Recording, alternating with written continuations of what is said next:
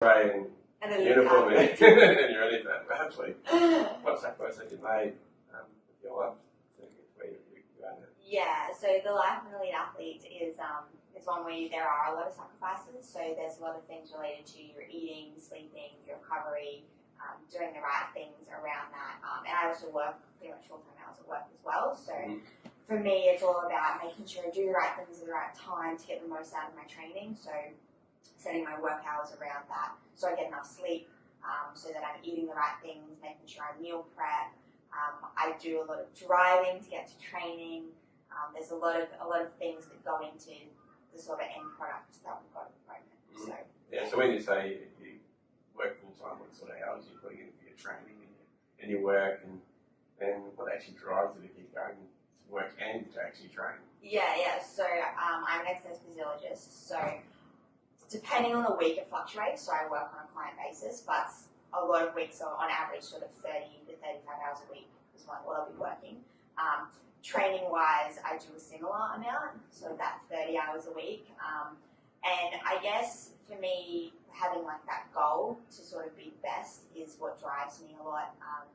And I love working. Like, it's really important to have balance in your life. I think if you just do one thing all the time, it can become very consuming. So I think it's really important to have the balance between work and training.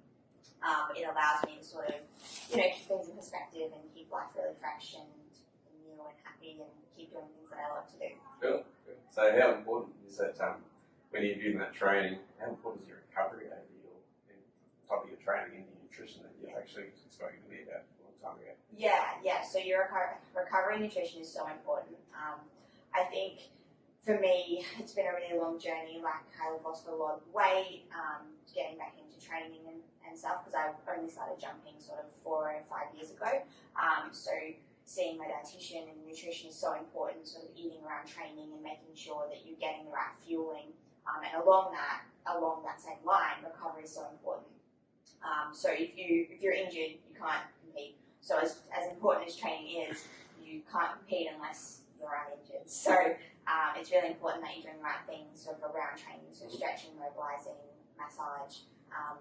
And in that, diet comes into that recovery as well, and also sleep. Sleep is massive. Because I work a job that often starts really early and finishes really late, to fit that in around training is really hard. So you've got to make sure that I set my hours so I'm getting maximum amount of sleep, because you do your best recovering while you're asleep. So yeah. So how often do you sleep at night? So I try to get 7 to 8 hours minimum every night, and that means however I do that. Like, some days I might have naps during the day. Like, I try and get in sort of day naps and all sorts of other things to try and get that sleep in. And it really is tough to try and work that in around training, because some nights I'll get home from training really late and then I start work really early. So to try and get in the sleep that you need is really important. So structuring your week is so important to get that right. Yeah. Okay. So recovery, you say massage, and you say nutrition. Was there anything else you actually did to sort of boost up the recovery for you? Yeah, so I'll stretch pre and post training every day. I'll trigger at night, and dry needling, so I get dry needling in my calves because of the impact of jumping. So a lot of impact goes through calves and my shins get really sore. So really important to get sort of that dry needling, that deeper tissue kind of recovery, as well as like sports massage and ice baths. So I do a lot of, after training, I'll go get an ice bath. I'll make an ice bath at home. So yeah, there's a lot of things that go into my week that sort of build in preparation to getting through weeks and months, and for me, sometimes 18 months to 2 year periods without getting injured. Cool, awesome. So let's ask a personal question. What is your favourite part of the day? When I have my coffee. But I love my training. I love training. It's just one of those things that makes me really happy. So obviously that's a great part of my day. But when I'm sleeping, I'm also very happy. And when I'm eating. So if I could probably give you the top 4 parts of my day, it's like training, eating, coffee, and sleeping.